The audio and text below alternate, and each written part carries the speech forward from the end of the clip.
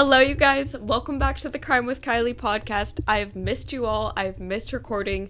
I had a very unexpected move, exciting move, apartment to house, which is the first, but I missed it, but I am back, and it is spooky season. Happy freaking spooky season, you guys. Today's episode is an absolute whirlwind. It is a cold case that was solved, but the perpetrator was a guy who went around cosplaying as a zombie hunter and was actually friends with a lot of law enforcement. So it is an interesting case. I want to get right into it, but before that, I have to say that this case, we will be discussing sensitive information, we will be discussing murder, overall graphic content, and sexual assault. So if those topics are not for you today, that is completely okay, completely understandable, and I will see you in a later video. Without further ado, let's get into it. This case began over 30 years ago in Phoenix, Arizona. It was specifically November 8th of 1992, and it was Angela Brasso's 22nd birthday. Angela was a bright young woman who'd recently moved to Phoenix, Arizona, and she worked in tech. She also loved to go on bike rides, and she went on bike rides every single night. But the evening of her birthday wasn't any different. She got ready, she got her bike out, and she left her apartment around 7 o'clock p.m. However, she wasn't planning on being out very long. Her boyfriend was back at her apartment baking her birthday cake. But quickly the hours started to pass and Angela still wasn't home. Her boyfriend Joe started to grow worried, and he even took his bike out 3 different times to go search for her. He called friends, coworkers, and anyone he knew to ask them if they knew where Angela was. But sadly, none of them had heard from her. Joe even called Angela's mom, who was living back in Pennsylvania, to ask her if she knew anything. He then officially reported Angela as missing, and quickly the search began. Yet the search didn't go on for long, because the very next morning on November 9th of 1992, Angela's remains were found. Searchers stumbled upon her torso that had been stabbed, and her torso had been discovered in a field next to where she was riding her bike. But it was just her torso. Angela had been beheaded. But approximately 10 days later, on November 19th of 1992, Angela's head was found by a fisherman. He was fishing in a canal when he spotted her head that was on a grate.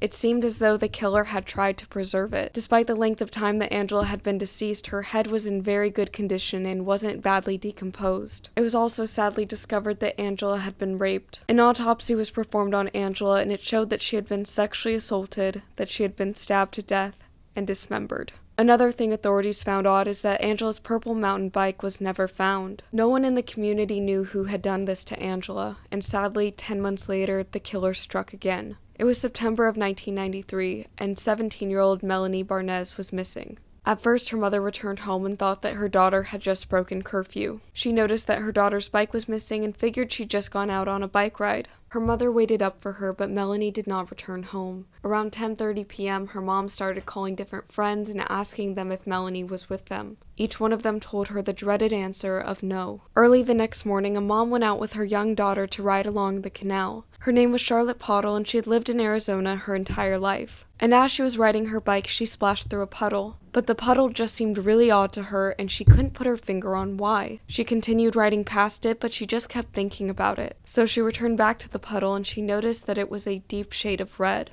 Right away, she had the sinking feeling that it was blood. And as she looked around for the source of the blood, she noticed drag marks. The drag marks led her to a tree, and then they led her back to the canal. She called the authorities, and the search of the canal began. Later that night, a body had been pulled out of the canal. The canal was very close, actually, to where Angela Brasso's head was found. And none of Melanie's friends wanted to believe that it was her. The body that was pulled out of the canal was that of a young woman who was wearing a teal jumpsuit. And all of Melanie's friends didn't want to believe that it was her because Melanie did not own a teal jumpsuit. Melanie's best friend Rachel recounted that she swore up and down that it was not Melanie and that it could not be Melanie. She went to sleep that night convinced that it was not her best friend. But sadly, it was confirmed the next day on the news that the body that was found was Melanie. Just like Angela, Melanie had been stabbed in the back. Authorities quickly figured that the perpetrator snuck up on both young women and stabbed them from behind. The detectives also believed that the killer got both of the young women off of their bikes. They didn't know, though, if the killer had asked them a question or had brutally knocked them off. They also found that with Melanie, the killer had dragged her away from the bike path, undressed her near the tree, and dressed her back up into a teal jumpsuit. And although by the circumstances of both murders, authorities were convinced that the killer was the same person, they did have a way to confirm it. Just like Angela, 17-year-old Melanie had been sexually assaulted, so authorities had DNA evidence that was found on both women. And those pieces of DNA were an exact match, but the technology was still so undeveloped at the time that they could not pinpoint who the DNA belonged to. So for 22 years, their cases ran completely cold. Flash forward to the year 2014, and Phoenix police chiefs are gathering at a conference. This conference is a DNA conference, and there they meet Colleen Fitzpatrick, and Colleen Fitzpatrick is from California, and she is the founder of Identifiers International. She specializes in solving cold cases by building DNA profiles. And I wouldn't be surprised if you've heard of one of the cases she solved recently. She solved the case of the Harris County Jane and John Doe. She was able to identify them and find their missing baby girl who is known as Baby Holly. And Baby Holly was actually recently reconnected with her true biological family. That case is an extremely interesting one in itself, so I wouldn't be surprised if we cover it soon. But at the conference, Colleen essentially approached the officers and said, "Hey,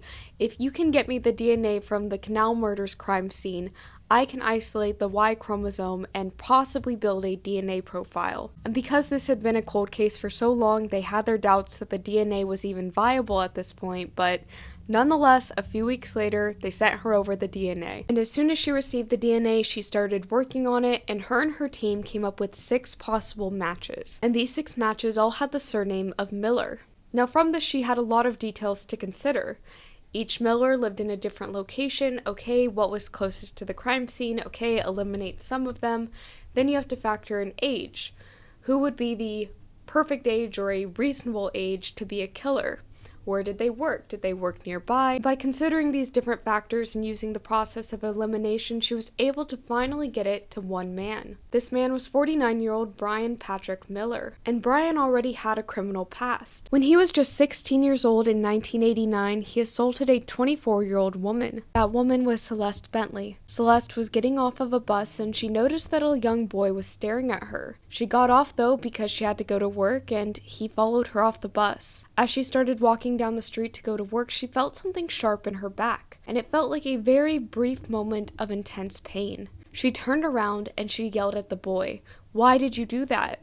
And then she realized that she had been stabbed. Celeste managed to get to the store that she worked at, and a coworker quickly called the ambulance for help. She was picked up by the ambulance and she was taken to the hospital, and while she was getting treated for her stab wound, the police tracked down the boy. The boy was Brian Miller. That day, he ended up being charged with aggravated assault at only 16 years old. He was sentenced to go to juvenile detention until he was 18 years old. But while he was in juvenile detention, his mother started going through his room, and what she found was extremely disturbing. She found a handwritten note that was a plan. This plan, as I'm sure you're reading on the screen, had to be videotaped, and it was to kidnap a girl, sexually assault her, and dismember her. He had been fantasizing about doing these things since he was a young boy. His mother was so frightened that she went down to the police station with the note and said that she would not accept her son back into her home. And she didn't. Brian turned 18 years old and he was released that very same day. However, when he went back to his mom's house, his mom would not let him in. So Brian went to go live in a halfway house in Phoenix, Arizona. Additionally, that note went on to say that part of his plan was decapitating the girl and preserving her head.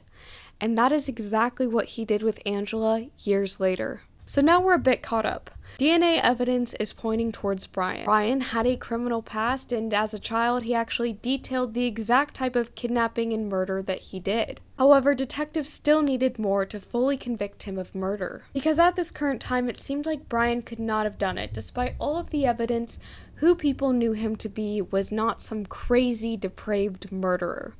He was seen as a goofy, fun-loving guy who did cosplay. He was known for dressing up as this zombie hunter character, fit with a car and a bloody zombie in the back seat. And he was loved by the Phoenix, Arizona community. He had quite the fan base actually, and even police officers would pose with him in photos. Brian was also a single dad to a 15-year-old girl, and everyone thought that he was a great dad. He took her everywhere with him. So authorities really wanted to make sure that they got the right guy, so they set up a sting. And this sting was at a Chili's. They lured him there in 2014 under the false pretenses of a job interview. So they're all sitting there in the Chili's, and the undercover cop is asking him, "Do you want something to drink? Do you want a water?" And Brian keeps going, "Nope, I'm good." They eat all of their food, and the cop is starting to get worried because things aren't going as planned. They needed him to take a drink out of something to get the proper DNA evidence. But finally, towards the end of their meal, Brian took a sip of water, and that water glass was preserved and taken in as evidence. Brian, however, was completely unaware that this was happening. And what's even stranger about this is that despite the fact that the undercover cop knew about Brian Miller's criminal past, he really didn't pick up on any red flags from him. While they were eating, he seemed like a normal, great guy. So much to the point that the undercover cop's gut feeling told him that he was innocent. Brian Miller was that good at leading a double life. Because a few days later, the DNA that was found on the Canal murder victims and the DNA from the water glass was an exact match. Brian Miller was then arrested and his double life was exposed. And the madness and the tragedy does not end there. Brian Miller had an ex-wife. His ex-wife was named Amy, and him and Amy had been together for 8 years. And during their marriage, Brian confessed to Amy a dark secret. He said that he had killed a little girl who came to his door, and that he did it very quickly. He dismembered her, and he left her body parts in the trash on the curb. That little girl was 13-year-old Brandy Myers, and Brandy Myers disappeared on May 26th of 1992. That was 6 months before Angela Brasso was murdered. The day that she went missing, she was going door to door to collect money for her school's bookathon, but sadly she knocked on the wrong door, the door of Brian Miller. Brian allegedly said that he'd pulled her inside very quickly, killed her, and got rid of her. Despite all of the extensive searches at the time, Brandy's body was never found. Because her case was so different from Angela's and Melanie's, the authorities never connected the three. Brandy's sister is heartbroken and furious that Brandy ended up in a landfill like some disregarded, unimportant piece of trash. She said that her sister was a girly girl, and that she loved pink, and that she was the sweetest girl who was also her best friend in the world. Despite Brandy being more of a girly girl and herself being more of a tomboy, Brandy learned to climb trees and jump over fences just so that way she could play better with her sister. Despite there being no forensic evidence that links Brandy to Brian, her sister knows that Brian was the one who killed her. Her sister was last seen just 2 doors down from Brian's home. But because of the lack of evidence and the lack of a confession, Brian was not charged with her murder as well. And as for why Brian's ex-wife never came forward sooner, she was afraid of Brian. She also didn't know if he was telling the truth. She also never had a little girl's name to go off of. So they divorced and she kept that secret for years. Brian had also abused his ex-wife Amy. During sex, he would hold a knife to her throat, he would use pins and needles, and he would tie her up in ways that should never be done and were not consensual. In 2015, Brian was charged with the murders of Angela and Melanie, and in October of 2022, he stood trial. But this was not a typical trial. It was just him, the lawyers, and the judge. There was no jury. And with all of the evidence, the judge found him guilty of both Angela's and Melanie's murders. Brian pleaded to the judge that he had changed. He said that his mother had abused him as a child. He said that she was a discipline officer and that she used whips on him, and he was exposed to pornography at a young age. Although some of those things were proven to be true, it did not dissuade her. At that point, even though he was found guilty of both murders, there were 2 options hanging in the air: either life in prison or the death penalty. And Judge Cohen was not persuaded by him. She handed him the death penalty. Brian has been on death row since June of 2023. Since then, in his 48 hours interview, he has said that it is cold and that the food is not great. But I personally think that the worst thing is that Brian has not admitted to his guilt. During the trial, it was his lawyer who said that they conceded automatically.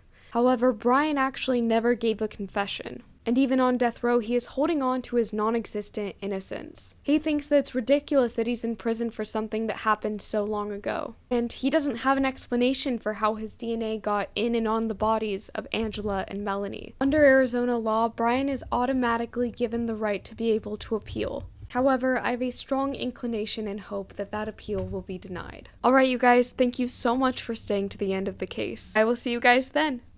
Bye!